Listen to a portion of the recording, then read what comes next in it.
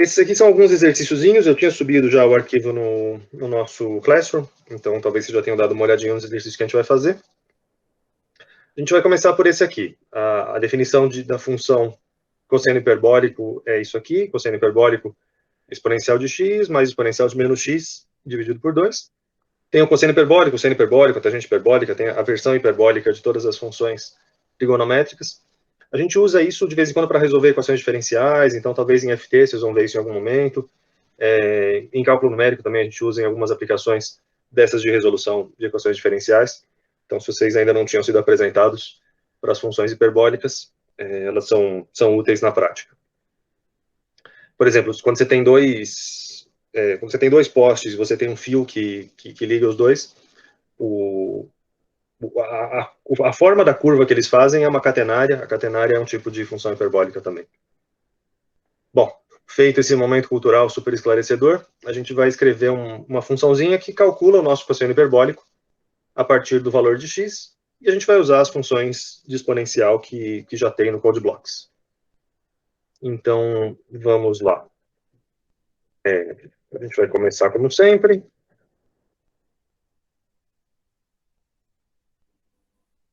E, bom, mais ou menos como sempre, né? O include é o mesmo de sempre, mas agora que a gente está trabalhando com funções, a gente tem que declarar o protótipo de cada uma dessas funções. Então, se vocês já assistiram os outros vídeos, ou de exercícios, ou da teoria de funções, vocês já viram um pouquinho disso.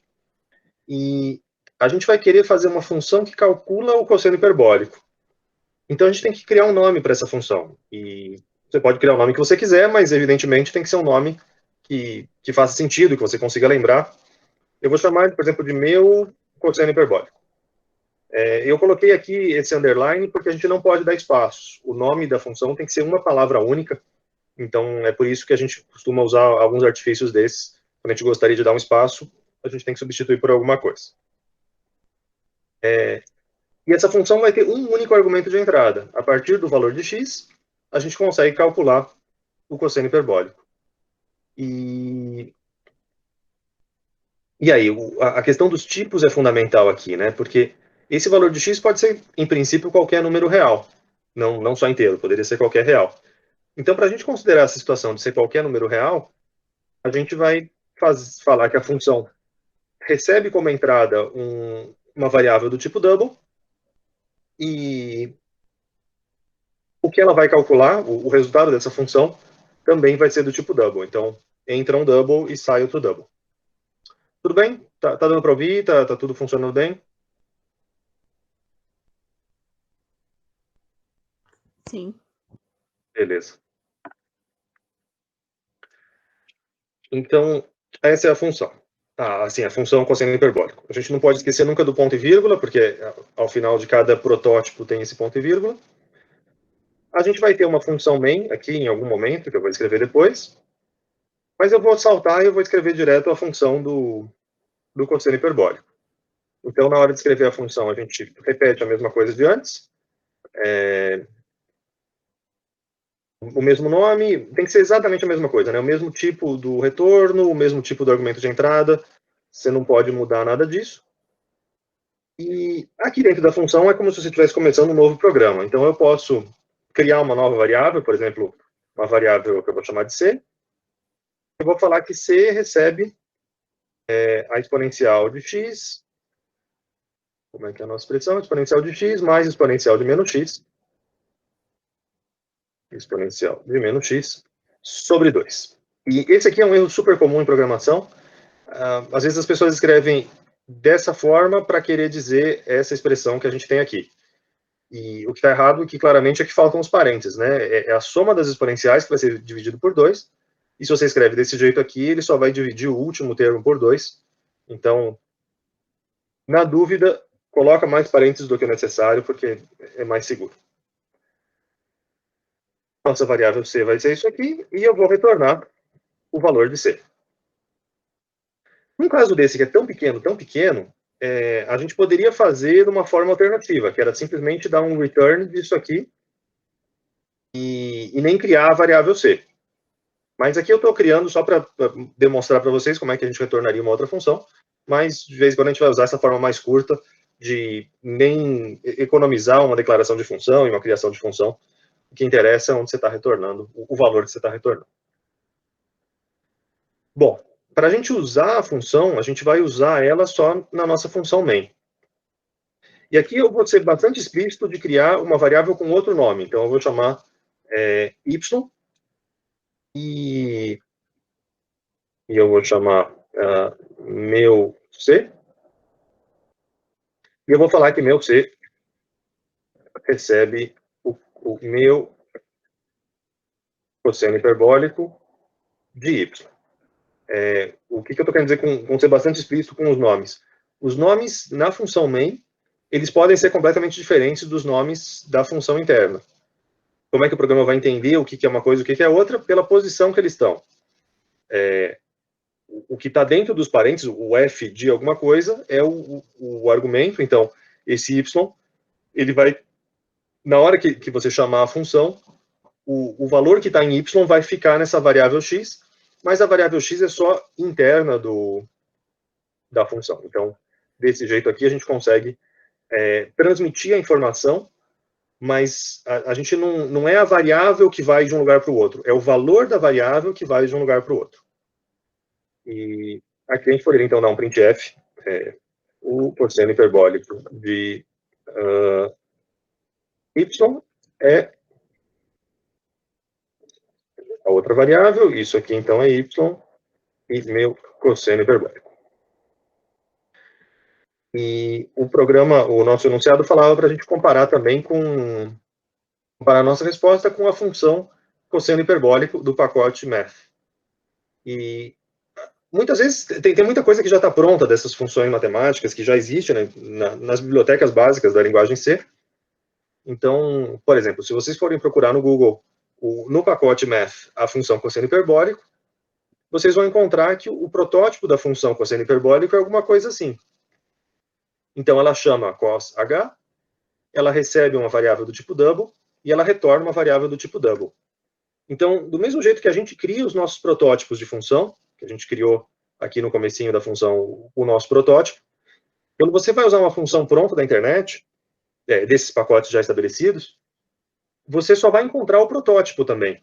E o protótipo é tudo que você precisa, porque você tem que saber quem você vai dar de entrada e o que você vai receber de saída. Como que ela está trabalhando, como que ela está calculando esse cosseno hiperbólico, a gente não precisa nem saber. Então, essa é uma das belezas de trabalhar com funções. Você fica num nível superior e você não precisa descer no detalhe e entender o mecanismo de cada coisinha. Você consegue só chamar as entradas e saídas e as coisas funcionam. Então, esse é um resultado padrão, o resultado que a gente chegou, e o resultado da biblioteca é um outro ponto flutuante que eu vou... aqui eu vou usar direto, né? Então, cosseno hiperbólico de y para usar a própria função da linguagem C. Tá faltando uma coisinha aqui, né? Eu não declarei quanto é que vale o y em lugar nenhum, então vou colocar um valor 1 qualquer, e a gente vai ver algumas coisas interessantes. A primeira coisa interessante é que o valor que a nossa função calculou, aparentemente igual ao valor que a biblioteca está retornando também. Então, por aqui, sucesso. Mas tem uma coisinha interessante, na hora que a gente vai ler as mensagens da compilação, a gente percebe que tem um aviso, tem um warning. Então, não é um erro, não é uma coisa que está errada no nosso programa, mas ele está avisando que tem alguma coisa que não está fazendo muito sentido. E o que ele está fazendo é que ele está fazendo uma declaração implícita dessas funções cosseno hiperbólico e da função exponencial. E isso acontece porque eu não coloquei o pacote, eu não falei que eu queria usar o pacote math.h. Antigamente, quando eu comecei a trabalhar com C, por exemplo, o compilador não era tão inteligente assim. Então, se você não colocasse o pacote math.h, ele ia falar, eu não tenho ideia do que é cosseno hiperbólico, e um programa como esse não ia nem rodar. Mas hoje em dia, pelo menos essas funções dos pacotes mais comuns, ele consegue fazer essa inteligência e ele implicitamente vai colocar o seu programa, colocar o include que você não escreveu. Mas a boa prática de programação é você declarar explicitamente qual que é, especialmente se são funções mais complicadas, é bom você falar que você está usando a função cosseno hiperbólico do pacote math, poderia ter uma outra implementação dessa função em um outro pacote. Então, tomar um pouquinho de cuidado. E o último cuidado que eu queria mostrar para vocês é que a gente podia ter usado floats aqui. Então, eu poderia ter criado uma outra função que retorna, por exemplo, que ela recebe um double, mas vamos dizer que eu estou retornando só um float. Se eu fizer isso, qual que é a diferença? Float, meu cosseno hiperbólico float. Aqui eu vou fazer do jeito mais resumido, então eu vou retornar a exponencial de x, mais a exponencial de menos x, retornar isso aqui sobre 2. E aí a versão float, o cosseno hiperbólico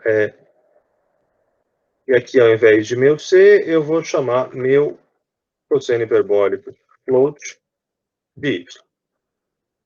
Então aqui eu estou ilustrando as duas formas diferentes. Eu posso criar uma variável, essa variável meu c, e escrever na tela o valor dessa variável. Ou se a coisa é simples, eu posso fazer dessa forma. Eu nem estou criando uma variável, eu estou, do mesmo jeito que eu estou retornando direto o resultado, aqui eu estou escrevendo direto na tela o resultado. Quando a coisa é simples, a gente pode fazer desse jeito mais curto. Se a gente mandar rodar isso aqui, aparentemente as coisas são todas iguais. Então, o cosseno hiperbólico calculado de um jeito é isso, calculado de outro é isso, e calculado pela biblioteca é isso. Se, no entanto, a gente coloca um pouco mais de casas decimais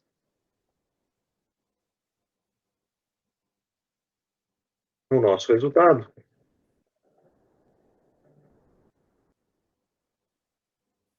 a gente vai ver que o resultado da primeira versão, da versão double, é igual ao resultado da versão da biblioteca. Mas o resultado da versão float é diferente da versão double. E a que está mais certo é a versão double, tá? Então, sempre essa preocupação. Se você precisa de muitas casas decimais, se você precisa de maior precisão, você tende a usar variáveis do tipo double. As variáveis do tipo float têm um menor número de casas decimais em que elas continuam precisas. Beleza? O professor, só uma dúvida só, porque fica um pouco confuso. É que você fez a função e colocou a variável como x. E na hora de colocar no main, por que teria que criar uma variável y ou qualquer outra diferente do x e não chamar o próprio x? Tá. A gente pode ilustrar isso com, por exemplo, se eu criar uma variável x aqui, e vamos colocar um valor de x, um valor diferente, por exemplo, x igual a 10. Se eu rodo o programa desse jeito, o resultado vai ser exatamente igual ao que eu tinha rodado anteriormente. Porque existe a variável x na função main, mas eu estou chamando a função cosseno hiperbólico, eu estou perguntando qual é o cosseno hiperbólico da variável y. Então, eu quis usar um nome diferente para mostrar que não basta na função main eu ter o nome x. Não é o nome x que vai ser o definidor. Eu estou calculando o cosseno hiperbólico do valor que está aqui entre parênteses. Então, na hora que eu mudar o valor aqui desse y, eu vou mudar o meu resultado. Então, aqui eu vou ter um resultado completamente diferente do anterior, porque eu estou chamando a função desse novo y. Óbvio, se eu chamasse desse jeito aqui, x igual a 1, definisse x como 1, e chamasse meu cosseno hiperbólico de x assim, a gente vai voltar para o primeiro resultado que a gente tinha antes, que, bom, a escrita aqui está errada porque ele continua mostrando o y. Mas se você se lembrar do valor do cosseno hiperbólico, esse aqui, de fato, é o cosseno hiperbólico de 1.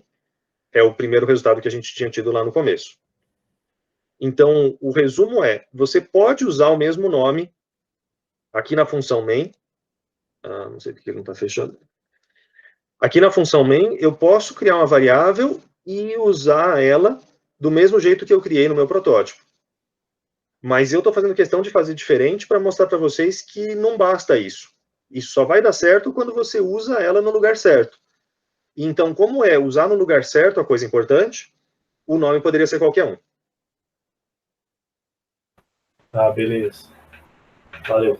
Mas esse é o ponto fundamental. O ponto fundamental dessa semana é isso, e isso é uma coisa confusa a vida inteira, tá? Eu estava com um aluno de mestrado meu esses dias, e a gente estava falando de novo disso, ele tinha um nome dentro da função, um nome fora da função, e ele achou que estava entrando e não estava entrando. É fonte eterna de dúvida isso, então prestem atenção, porque é confuso mesmo. Beleza? E o pior é que daqui a 2 semanas as coisas vão mudar. Quando a gente começar a falar de vetores, as coisas são um pouquinho diferentes, mas vamos um passo de cada vez, tá? Vamos primeiro entender desse jeito. Tranquilo? Mais alguma dúvida?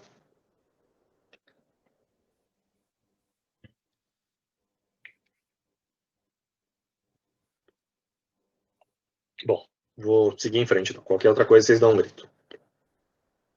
Não teve nenhuma mensagem no chat, né? Só para confirmar aqui. Não, beleza. Seguimos.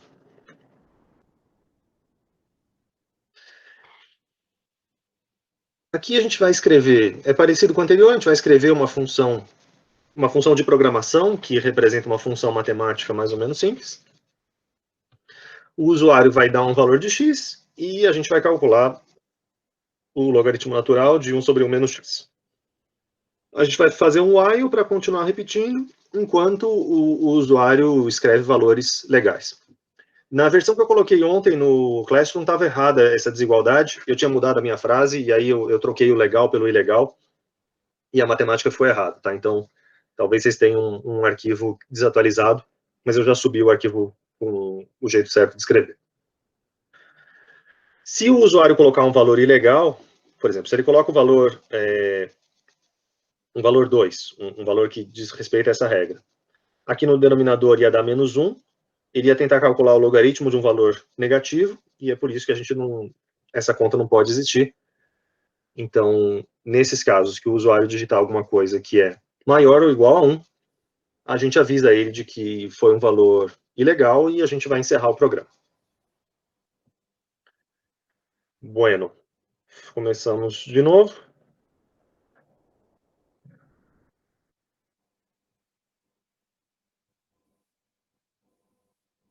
Dessa vez eu já vou ser um pouco mais espertinho, já vou colocar a minha função math também, porque eu vou usar o pacote, a função logaritmo, então eu vou precisar desse pacote de funções também.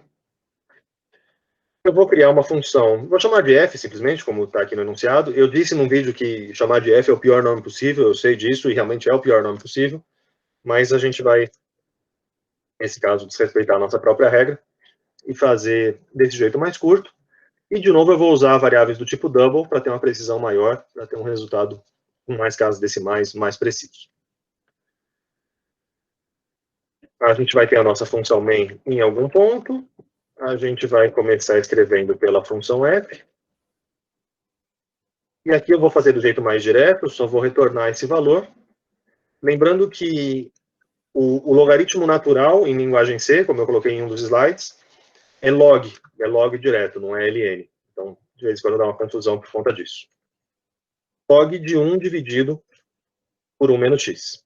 Aqui também lembrar desses parênteses, né? Se você escrever desse jeito, 1 dividido por 1 menos x, a conta que você está fazendo é 1 dividido por 1, e depois subtraindo x, e não é isso que a gente quer, é todo mundo dividido, e depois fechar o parênteses aqui do log. O CodeBlocks pinta os parênteses para a gente, então se você tem alguma dúvida, ele ajuda bastante a gente a entender o que está dentro e o que está fora. A nossa funçãozinha é essa. E a gente vai usar um comando while para que a pessoa digite um novo valor. Aqui eu vou usar o mesmo nome x, como eu acho que... Não, eu vou usar um nome diferente e acho melhor continuar mantendo a mesma ideia, de nomes diferentes dentro e fora da função. Acho mais seguro. A gente vai ter um while, e como é que é a ideia aqui? Enquanto o usuário continuar colocando valores legais, valores autorizados de x, a gente continua repetindo a conta. Então, a gente poderia muito bem fazer isso aqui com aquela ideia de variável sentinela, de continuar permitindo as repetições enquanto são valores corretos. Eu vou fazer de um jeito diferente, porque é um jeito que apareceu em algumas das resoluções do primeiro exercício, da primeira variação. Então, eu acho que é interessante a gente comentar a respeito disso. Eu ainda não terminei de corrigir, por isso que eu não subi as notas, mas eu dei uma olhadinha em alguns e eu vi isso aqui aparecendo. Então, quando eu escrevo isso, while 1, essa condição vai ser verdade sempre, ela vai ficar igual a 1 sempre. Então, while 1 é um jeito de criar um loop infinito. E, em princípio, a gente nunca ia sair desse loop infinito. Como é que a gente vai sair do loop infinito? Com alguma coisa que a gente vai escrever aqui dentro. Então, eu preciso ter um scanf para colocar o valor de x. E aí a gente vai colocar isso na variável y. E aí, o que a gente vai fazer aqui?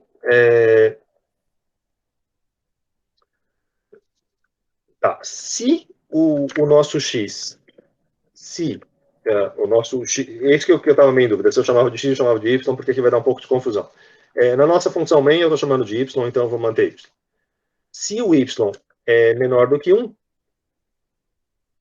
então o que eu faço é dar um printf, vai ser uma variável do tipo float, da função f de y. Se ele é estritamente menor do que 1, né? Porque se ele é igual a 1, já vai ser uma coisa errada, porque daria uma divisão por 0, então tem que ser estritamente menor do que 1. E, caso contrário, o que a gente faz? A gente escreve na tela valor incorreto, e aí vem o comando break. Esse comando break é o que eu queria ilustrar no programa, e é uma coisa que alguns de vocês usaram já no exercício. O que o break vai fazer? Se a gente chegar aqui nessa instrução, o break faz com que a gente saia do loop em que a gente está. Então, o break é quebrar, é romper o ciclo em que a gente está. O while 1 faz um loop infinito, mas quando é que a gente vai sair desse while? A gente vai sair na hora que entrar nesse else. Faltou o nosso return aqui para encerrar. E esse é um jeito correto de escrever o programa, correto do ponto de vista de sintaxe. Tem um outro errinho aqui que vocês já vão ver o que eu fiz de besteira, mas eu fiz de propósito. Aqui nessa parte aqui do break, sintaticamente ele está funcionando. Mas por que eu não gosto disso? Se você tem um programa muito longo, se você tem um while que tem muitas condições, aqui a gente consegue enxergar claramente. Por ser um while pequeno, a gente enxerga muito bem em que momento que a gente vai sair do while. Se você tem um programa muito longo, por outro lado, você poderia ter muitas informações, muitos casos diferentes, poderia ter vários breaks em pontos diferentes, e poderia ficar mais confuso em que momento que ele está saindo. Também na hora de ler o programa, na hora que eu começo a ler esse programa, quando eu vejo o while 1, aqui eu já sei que isso aqui vai ficar um loop infinito, então deve ter um break em algum momento. Mas de vez em quando a gente tem programas que tem uma condição no while, e apesar disso tem um break. E aí é mais difícil de perceber se ele vai sair porque a condição do while não foi satisfeita, ele vai sair porque chegou no break. Eu não gosto de usar o break, tá? Eu prefiro colocar no while a minha condição de parada, mas essa é uma sintaxe que funciona. Então é por isso que eu estou falando para vocês, mas usem com moderação, tá? Não seria a minha solução número 1. Vamos rodar, vai dar um problema, mas aconteceu um problema quando eu estava testando esses exercícios e eu gostei do problema, por isso que eu gostaria de reproduzir. A gente vai digitar um valor qualquer, por exemplo, meio, e aí aconteceu isso. E eu estava pensando isso aqui hoje de manhã, então eu estava meio com sono, e aí eu falei, o que está acontecendo, né? Bom, se o programa de vocês ficar preso no loop infinito, vocês podem dar Ctrl C no teclado para sair. Também dá para fechar, se você fechar na janelinha aqui no X, você também consegue sair do loop infinito.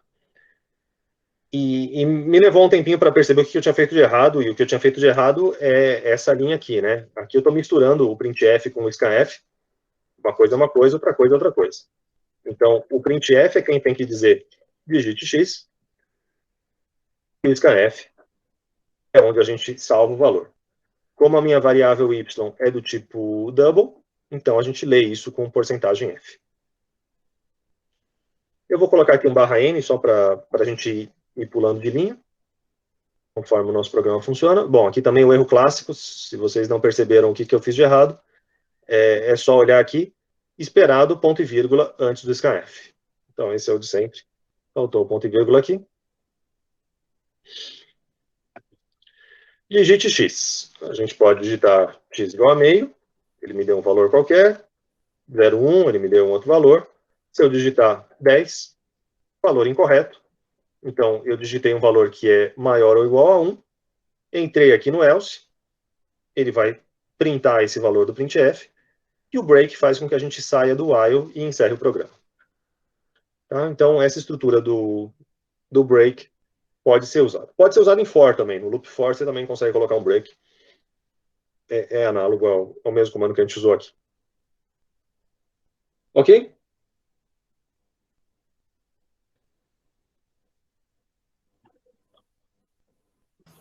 Beleza. Tá. Faltou uma coisa que é fundamental em qualquer programa, que é o seguinte. O nosso programa está certo. Eu digitei 0,5, ele me deu 0,6931, e eu sei lá, olhando para essa função aqui, eu não tenho a menor ideia de quanto é que vale isso. Então, a gente tem que testar o nosso programa de alguma forma e ter certeza de que o valor está funcionando ou não. Nesses casos de uma função matemática, por exemplo, você poderia testar, sei lá, abrir o Excel e fazer essa conta. Então, vou ilustrar aqui para vocês como é que seria um jeito de testar. Eu vou ter uma coluninha para calcular o x e o f de x. Vamos dizer x igual a meio.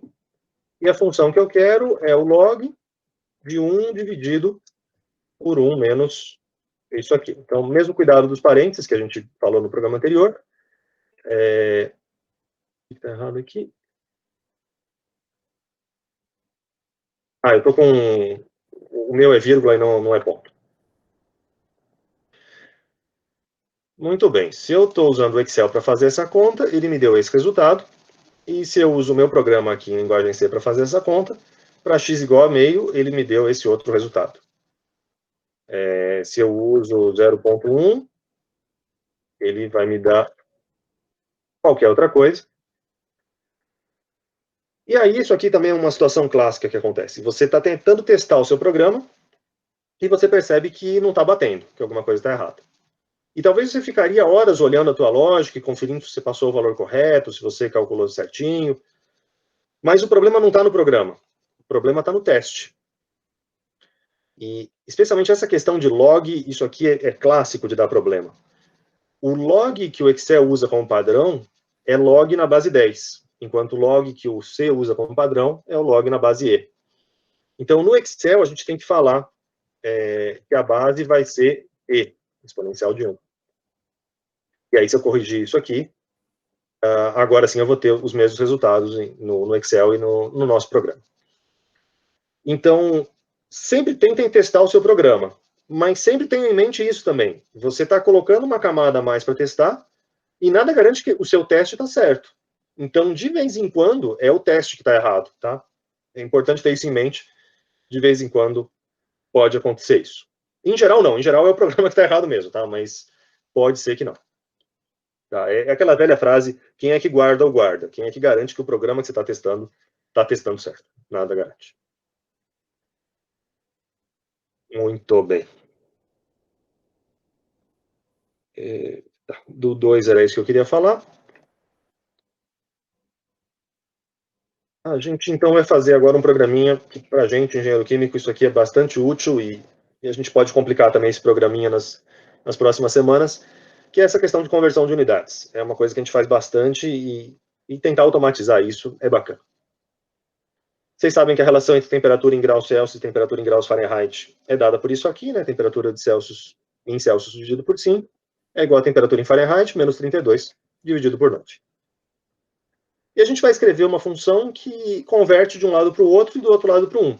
Então, o usuário vai entrar com a temperatura e um outro argumento para dizer se ele quer converter de Celsius para Fahrenheit ou de Fahrenheit para Celsius. Então, vamos pensar nos tipos que a nossa função vai trabalhar. A temperatura pode ser qualquer número real. Então, se ela pode ser qualquer número real, a gente vai representar como um double. Mas a gente tem outro argumento aqui também. A gente tem um argumento que indica se eu vou fazer uma conversão de um tipo ou uma conversão de outro tipo. E se eu estou usando esses valores 1, 2 desse estilo, esse outro argumento vai ser um argumento do tipo inteiro. Então, a nossa função vai receber esses dois argumentos.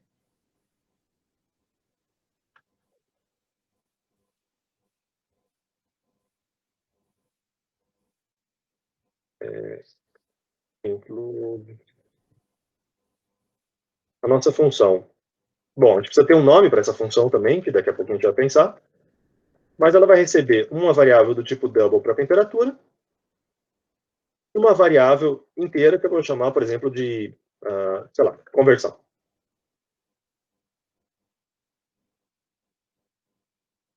A gente tem que criar um nome para a nossa função e a gente tem que dizer qual é o tipo que ela vai retornar. Ela vai retornar uma outra temperatura. Então, vai entrar a temperatura, por exemplo, em Celsius e sair a temperatura em Fahrenheit, que pode ser qualquer número real também. Então, o tipo que a nossa função vai retornar é um tipo double. E aí o nome pode ser converte temperatura. Esse aqui é um outro estilo que a gente usa de vez em quando. Então, no primeiro exercício, eu tinha feito o nome com o underline, ao invés de usar o espaço. A outra opção, quando a gente não quer usar o espaço, é fazer desse jeito, é alternar maiúsculas e minúsculas para trocar de uma palavra para outra. Em inglês, o pessoal chama isso aqui, minúscula em inglês é lowercase, maiúscula em inglês é uppercase, e aí eles chamam isso aqui que é misturado de camel case, que, como seria o camelo, né? São as corcovas, as ondulações, como se fosse de um camelo. Em português, acho que não tem um nome tão engraçadinho. De novo, o mesmo estilo. A gente vai deixar nossa main para escrever depois, e a gente vai pensar na nossa função, sempre repetindo, exatamente igual no protótipo. E aqui a coisa é um pouco diferente, porque conforme o valor que o usuário digitar para esse tipo de conversão, a gente vai fazer uma coisa ou vai fazer outra. Então, se o usuário digitou se conversão é igual a 1, nesse caso eu vou querer converter de Celsius para Fahrenheit. Então, isso quer dizer que o usuário deu a temperatura em Celsius e eu vou criar uma variável para retornar a temperatura em Fahrenheit. E a temperatura em Fahrenheit correspondente. Bom, aqui eu cometi um erro. Vocês percebem que o cursor está piscando aqui fora, né? Então, se eu fosse escrever uma nova linha, ele ia escrever indentado com esse if. E o erro que eu cometi é que eu esqueci de abrir a chave. Quando você esquece de abrir essa chave, o if só executa um comando, só executa a primeira linha que está dentro dele, e isso aqui estaria fora do if. Então, tomem esse cuidado. É melhor exagerar nessas chaves também e garantir que todo mundo vai estar dentro do if. E aqui a indentação automática já me corrigiu e está piscando embaixo do double para dizer que está todo mundo dentro do if. O que define não é o espaço, tá? Eu poderia continuar escrevendo aqui totalmente fora de indentação. Em linguagem C não é o espaço, mas são as chaves, início e final de chave. O espaço só ajuda a gente a entender. Em Python, por exemplo, é o espaço que define, mas não é o caso que a gente tem aqui. Em todo caso, sigam o espaçamento correto. Coloquem nos espaços indentado, como deveria ser, para facilitar a leitura, a sua leitura e de outras pessoas no futuro. Bueno, a temperatura em Fahrenheit, eu posso multiplicar o 9 para lá, né? Então, 9 vezes temperatura Celsius, temperatura em Fahrenheit, seria 9 vezes a temperatura que o usuário digitou, dividido por 5, mais 32.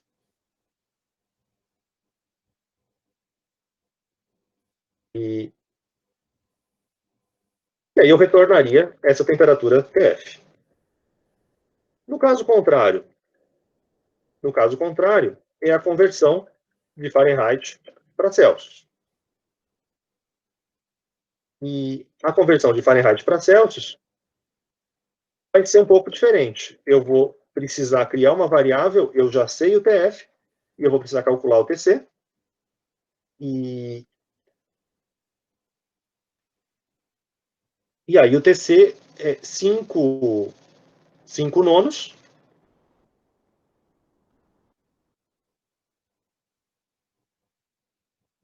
TC 5 dividido por 9. E isso aqui multiplicando o numerador TF menos 32.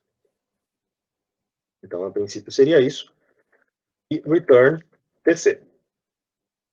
O que eu queria ilustrar com esse exercício é que a gente pode ter mais de um return na mesma função. Conforme...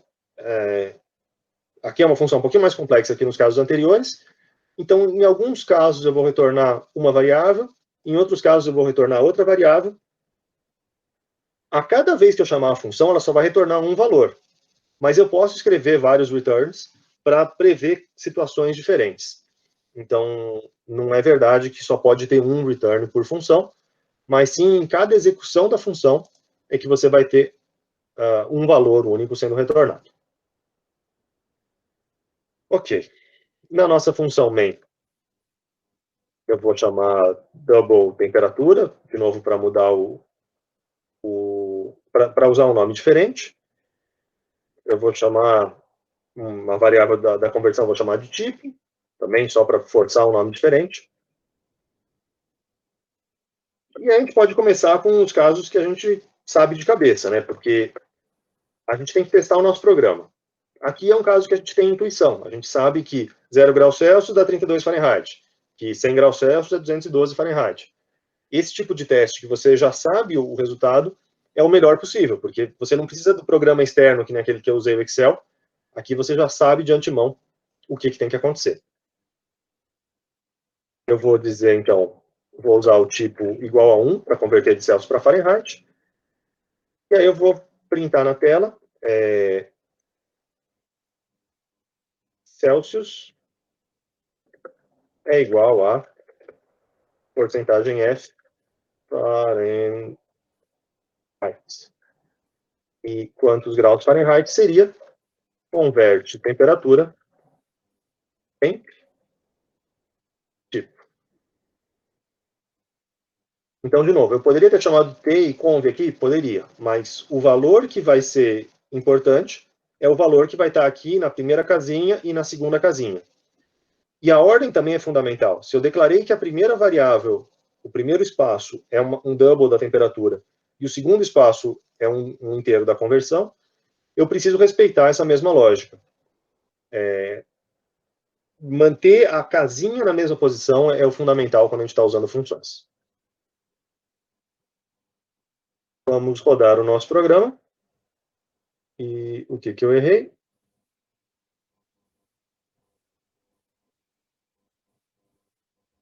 Ah, interessante esse.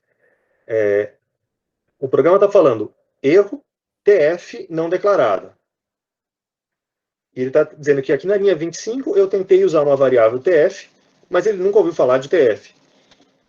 E ele nunca ouviu falar de TF mesmo, porque se ele está entrando aqui no else, esse TF que eu escrevi antes não existe.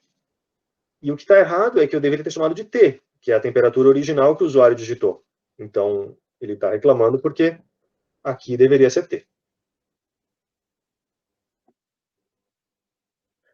Muito bem. 32 Celsius é igual a 0 Fahrenheit. Não é bem isso.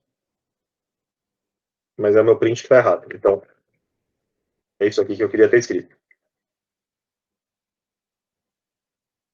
Agora sim, né? Então, 0 Celsius é igual a 32 Fahrenheit.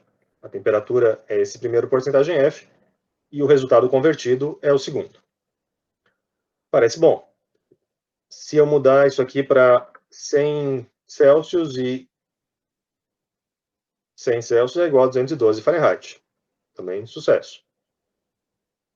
Se eu inverter aqui, como eu falei para vocês, se eu colocar aqui tipo e aqui temp, se eu inverter a posição, vai dar qualquer coisa errada. 100 Celsius igual a menos 0 Fahrenheit. Então, mantenha o mesmo padrão. Se você declarou que primeiro é a temperatura e depois é o tipo da conversão, você tem que seguir essa mesma lógica. Tudo bem, testamos essa primeira metadezinha aqui do nosso programa. A gente poderia testar também a nossa segunda metade. Então, eu vou fazer agora ao contrário. Printf, imaginando que o usuário vai digitar a temperatura em Fahrenheit, e o programa vai converter para Celsius.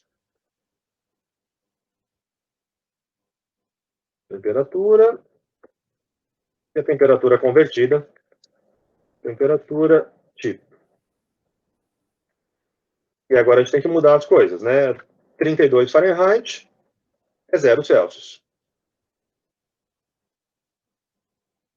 32 Fahrenheit igual a 0 Celsius. Sucesso. 212 Fahrenheit, 100 Celsius. 212 Fahrenheit é igual a 0 Celsius. Então, o nosso programa que vinha passando em todos os testes, agora falhou. Alguma ideia de por que ele está falhando aqui?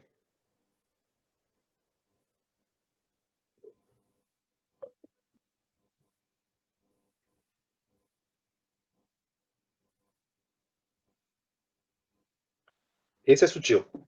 Lembra daquela coisa de inteiros, a divisão de inteiros. 5 é um número inteiro.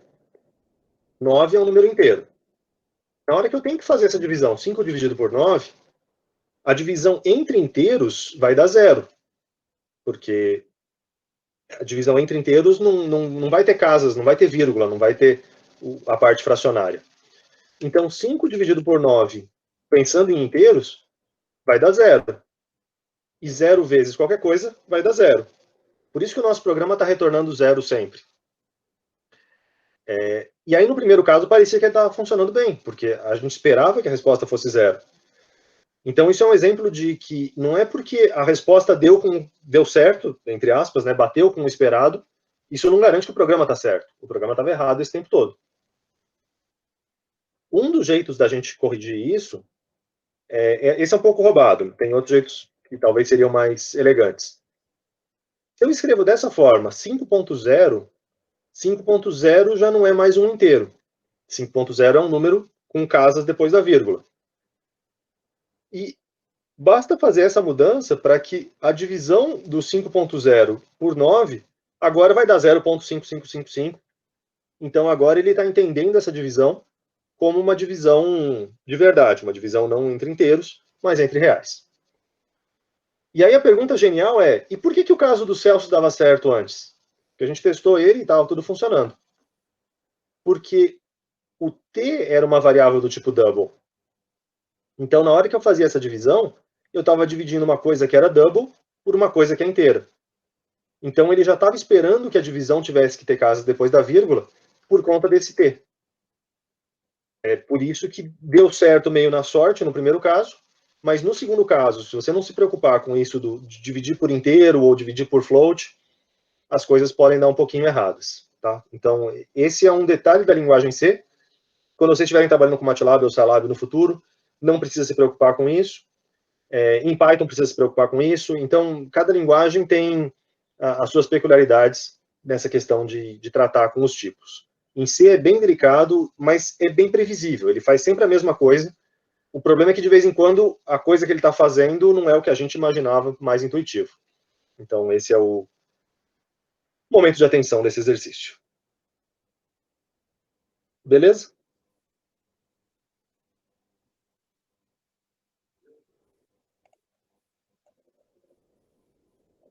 Temos uma mensagem. Desculpa, Miguel. Sua mensagem já ficou perdida aqui no chat, eu não tinha visto. Bom, mas acho que já ficou claro, né? O log direto no Excel não é o log natural. O log no Excel é log na base 10. No Excel você precisa colocar explicitamente a base, como a gente acabou fazendo. Muito bem. Então, do exercício 3, era isso. A gente agora vai passar para brincar um pouco com diferentes tipos de média. A gente vai escrever uma função que recebe 3 números inteiros, representando as notas de um aluno, e calcula a média aritmética desse aluno. Aqui eu fiz questão de enfatizar os 3 números inteiros, porque isso não é uma situação real. Na prática, as notas têm casas depois da vírgula, então o mais natural seria descrever como variáveis do tipo double, mas eu queria reforçar um pouco ainda mais essa questão da divisão por inteiros, então por isso que eu escolhi forçar essa situação um pouco irreal de 3 números inteiros para as notas.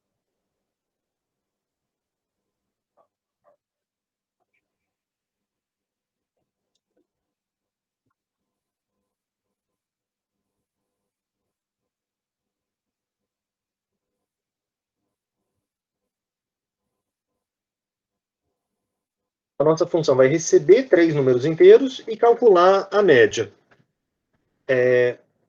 Essa média pode ter casas depois da vírgula. Então, o que essa função vai retornar é um double. Ela recebe 3 inteiros, mas retorna um double.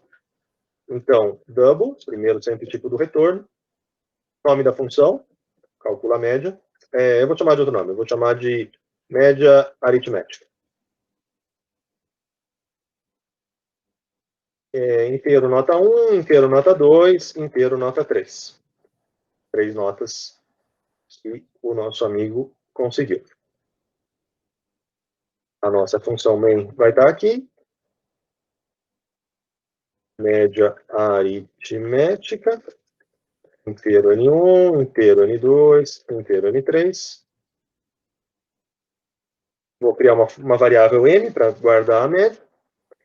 E aqui as mesmas preocupações de sempre. Você poderia começar escrevendo o seu programa assim, e estaria errado, porque ele vai dividir só o último número por 3. Ele faria N1 mais N2, e depois só o N3 dividido por 3. Então, nunca se esqueçam desses parênteses para marcar o numerador inteiro ou marcar o denominador inteiro. O nosso ponto e vírgula no final da frase. E a gente vai retornar o valor de N. Na função main, a gente vai ter os 3 inteiros, nota 1, nota 2, nota 3. Vamos falar que ele tirou... Bom, vamos começar pelo caso fácil. Nota 2 igual a 6, nota 3 igual a 6. E aí a gente vai ter uma variável do tipo double para salvar a média. Média recebe média aritmética de nota 1, nota 2, nota 3. Então, de novo, a mesma coisa. Eu poderia ter chamado de N1, N2, N3, mas o que interessa é a primeira casinha, segunda casinha, terceira casinha. Por isso que eu posso usar nomes diferentes. E aí eu vou dar um printf. A média é porcentagem f, porque é uma variável do tipo double, média. Return 0. E seria isso. Então, se ele tirou 6 nas 3 provas, a média dele, obviamente, deveria ser 6. A média é 6. Sucesso. Se ele tirou 5 em uma prova e 7 na outra, não vai mudar a média dele continua sendo 6. Tudo bem. Se ele tirou 6, 5, 5, a média dele vai ser um pouquinho abaixo de 6. Mas o nosso programa vai dizer que a média dele é 5. A gente sabe que está errado isso. Não sei de cabeça quanto é que seria o valor correto, o 16 sobre 3, mas não pode ser isso. E o que está errado é a maldita divisão por inteiros. Se todo mundo que está aqui em cima é inteiro e eu estou dividindo por um inteiro, o meu programa vai interpretar isso como uma divisão entre inteiros e pode não ser o resultado que eu quero. Se eu mudar aqui, por outro lado, para 3.0, ele vai entender agora como uma divisão entre...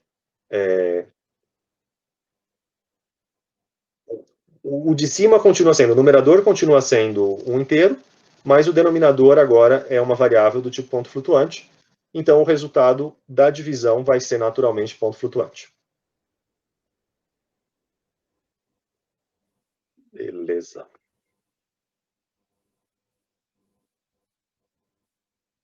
Agora a gente vai escrever uma outra função que verifica se o aluno foi aprovado, ou seja, se a média dele foi maior ou igual a 6, ou reprovado, no caso contrário. e escreve essa informação.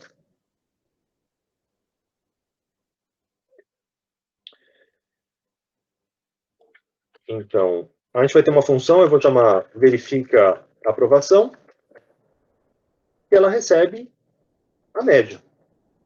Eu vou chamar de nota final, só para usar um outro nome diferente. E quais são os tipos das coisas aqui? Essa nota final do aluno vai ser uma variável do tipo double.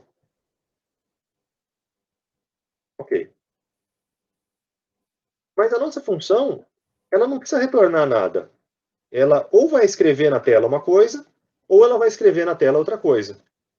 Ela não precisa retornar. E nesses casos que ela não precisa retornar, o tipo que a gente usa é o tipo void. Void é vazio. É o tipo que não é um tipo, se a gente quiser dizer assim.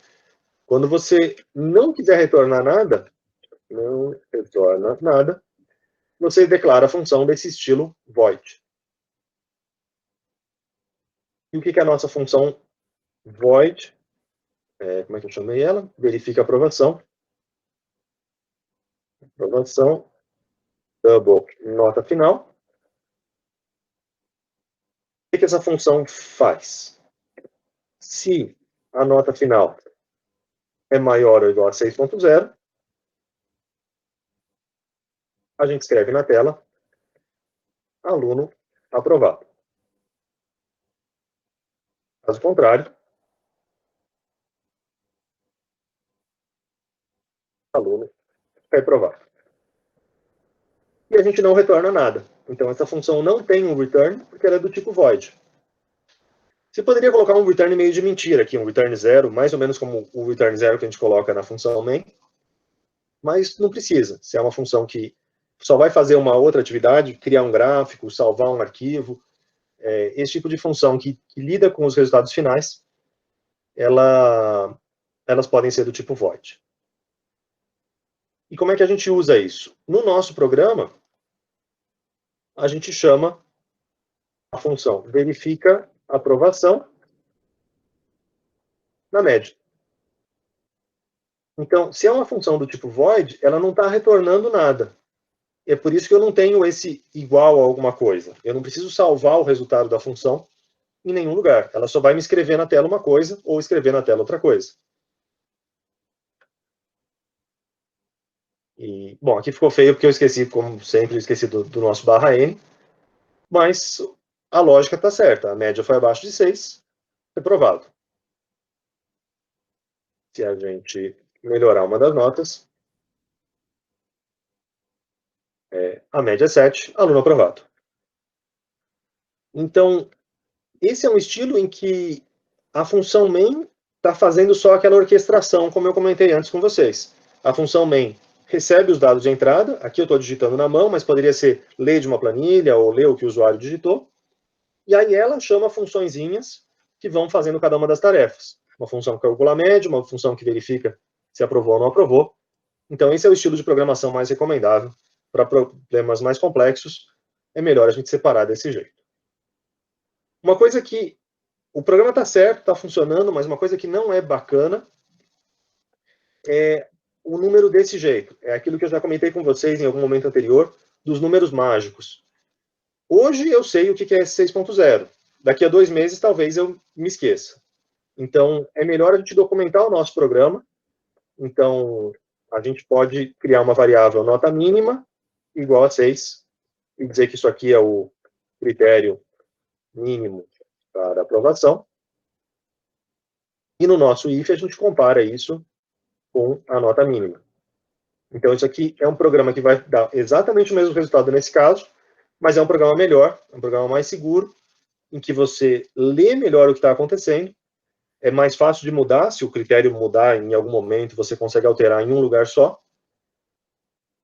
Então, sempre que possível, evitem comparações, um número com outro, faça sempre comparações entre variáveis para documentar melhor e trabalhar melhor o seu programa. Inclusive, esse 3.0 aqui não é a melhor coisa, né? O ideal seria você saber quantas notas aconteceram, mas por enquanto a gente não consegue fazer isso. Daqui a 2 semanas, quando a gente falar de vetores, fica um pouco mais fácil de contar essas coisas, contar quantas notas foram digitadas. Beleza. Vamos complicar um pouquinho as coisas. Vamos dizer que a gente quer calcular agora a média, não por via da média aritmética normal, mas por via da média geométrica. Aqui está errado, né? A média geométrica é a raiz cúbica do produto das três notas. Eu vou corrigir isso aqui depois.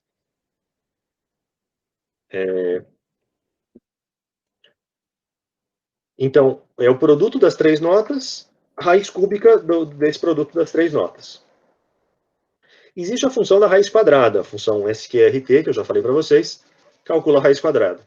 Desconheço uma função que calcule raiz cúbica diretamente. Então, um jeito possível de calcular a raiz cúbica é a gente usar a função potência, a função POW, de power, que funciona de que modo? Qual que é o protótipo dela? Ela tem duas entradas do tipo double, ambas. Uma entrada é o x, que é a base, e a segunda casinha, a casinha do y, é a potência. Então, a gente vai usar essa função para elevar a 1/3. Ao invés de tirar a raiz cúbica, a gente vai elevar a 1/3, que vai dar a mesma coisa. Essa função é do pacote de matemática, então a gente coloca aqui no nosso include. Double média geométrica. As entradas continuam sendo do mesmo estilo. N3.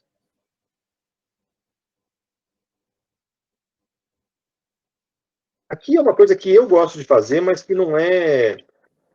de novo, não vai fazer diferença no seu código, mas eu acho que fica mais fácil depois de ler. Se eu declarei os protótipos nessa ordem, média aritmética, média geométrica e verifica aprovação, eu vou construir as funções também nessa ordem. Então, média aritmética, média geométrica e verifica aprovação.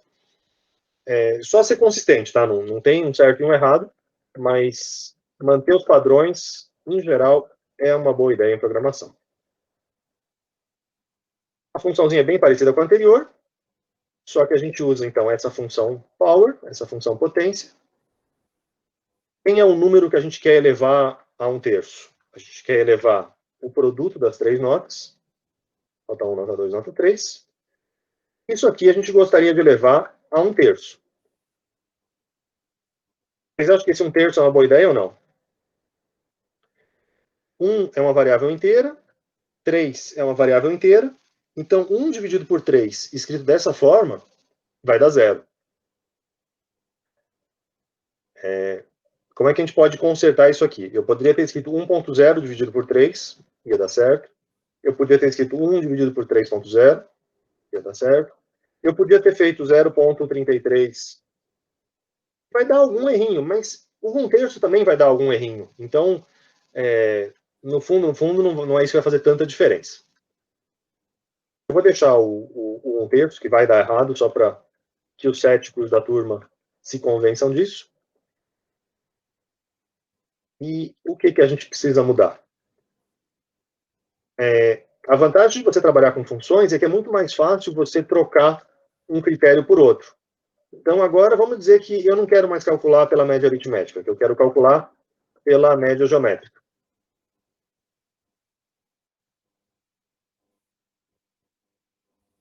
A mudança é muito mais pontual e você não precisa aumentar uma grande parte do seu código. Sua função pode continuar lá, você só não vai usar a função média aritmética e a sua função main continua mais legível. O que vem depois da sua função main continua a mesma coisa, mesmo print, a mesma verificação. Então, essa modularidade do uso de funções é que é bacana.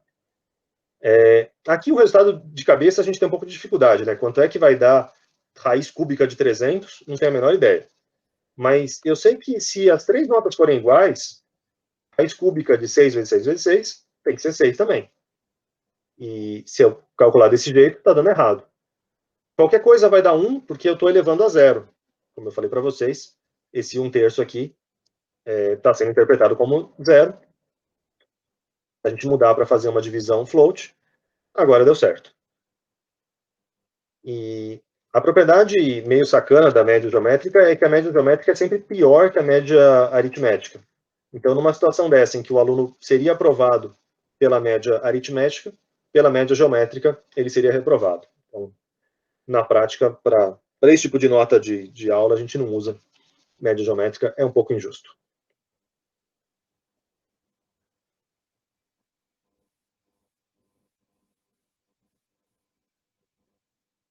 Ok. Agora a gente vai calcular uma outra forma, uma média ponderada, com esses pesos 0,2, 0,3 e 0,5. Tem várias maneiras possíveis de fazer isso. Eu vou fazer uma que eu não gosto, mas já vamos comentar por que eu não gosto muito. A nossa função média ponderada, em princípio, ela receberia essas três entradas. Assim como as outras recebem as três notas, ela retorna uma variável do tipo double. E aí, um dos jeitos de escrever seria o seguinte. Eu poderia fazer double média ponderada, inteiro N1, inteiro N2, inteiro N3.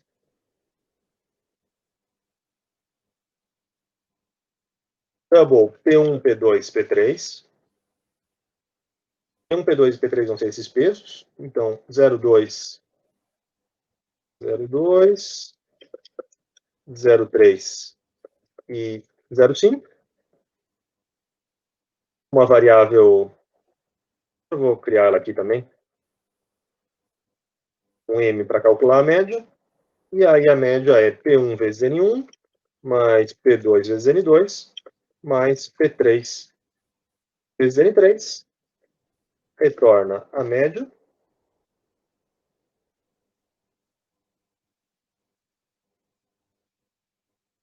E a gente pode trocar, então, ao invés de fazer pela média geométrica, média ponderada, nota 1, nota 2, nota 3. O aluno foi melhor na última prova, que valia mais. Então, no caso desse, a média é um pouquinho maior que 6, aluno aprovado. Esse é um jeito possível de escrever. Ele é bacana porque ele tem os pesos. Eu estou usando variáveis para falar os pesos. Um jeito que talvez fosse mais intuitivo para vocês era escrever mais dessa forma, né? 0,3 vezes N2, etc.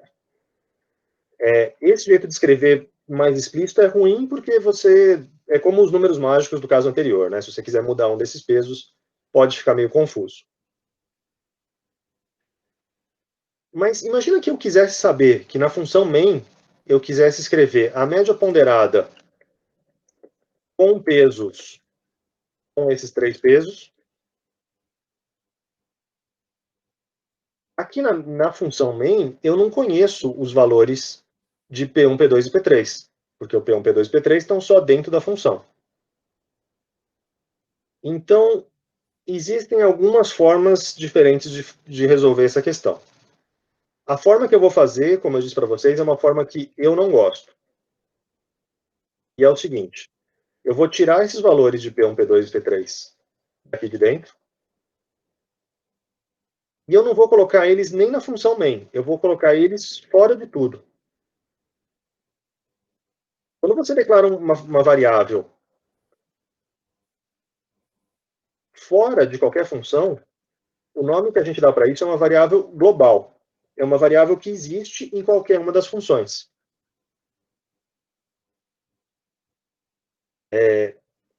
Double P1, P2 e P3.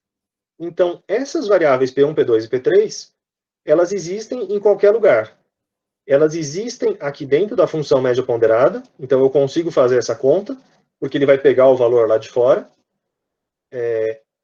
Elas existem aqui dentro da função main também,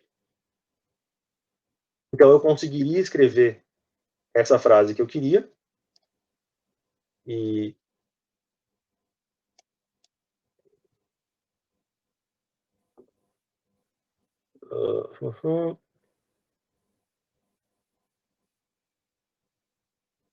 tipos conflitantes para P1, P2 e P3.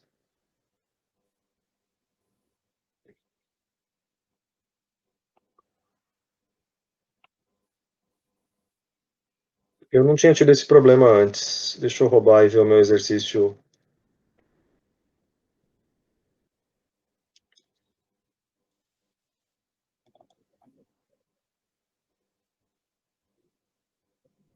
Será que eu preciso declarar cada um deles?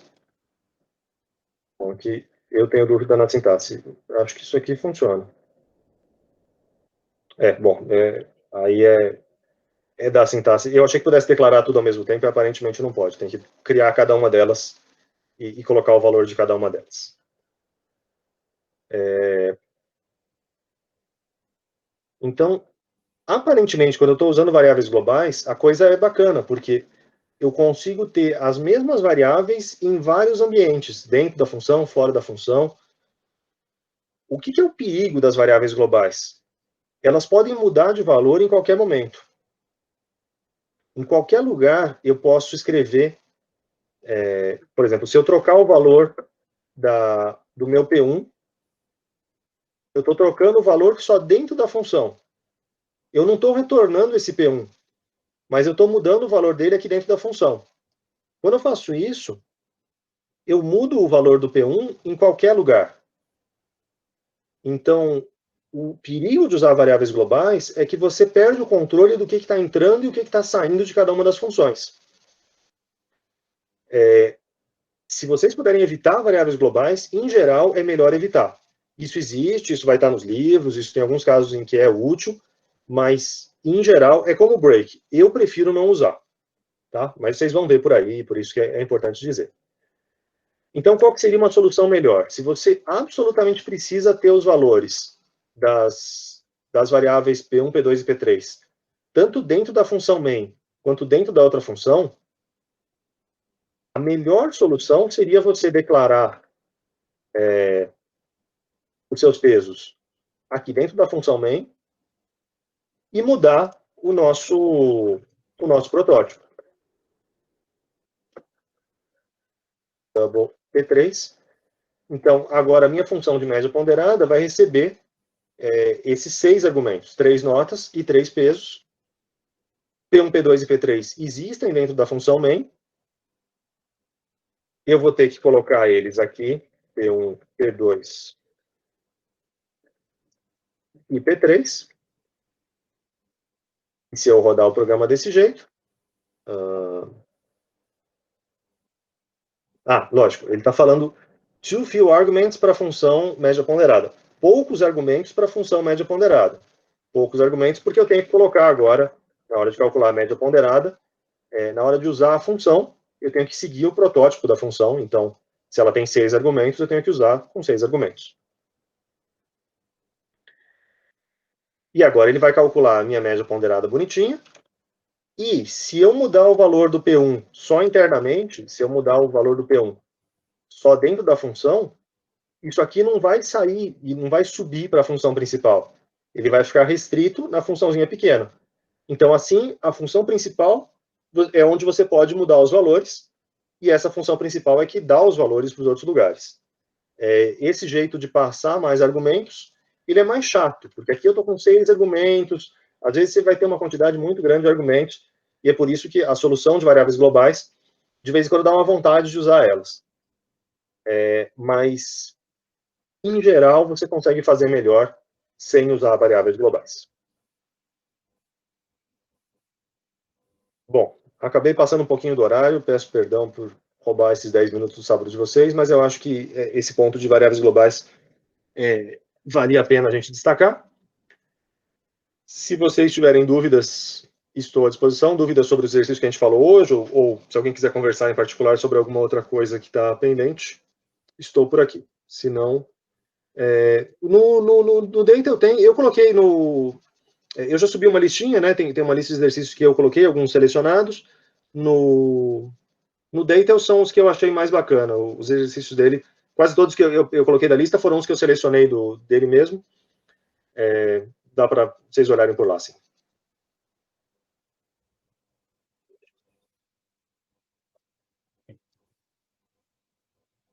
Bom, deixa eu encerrar minha gravação.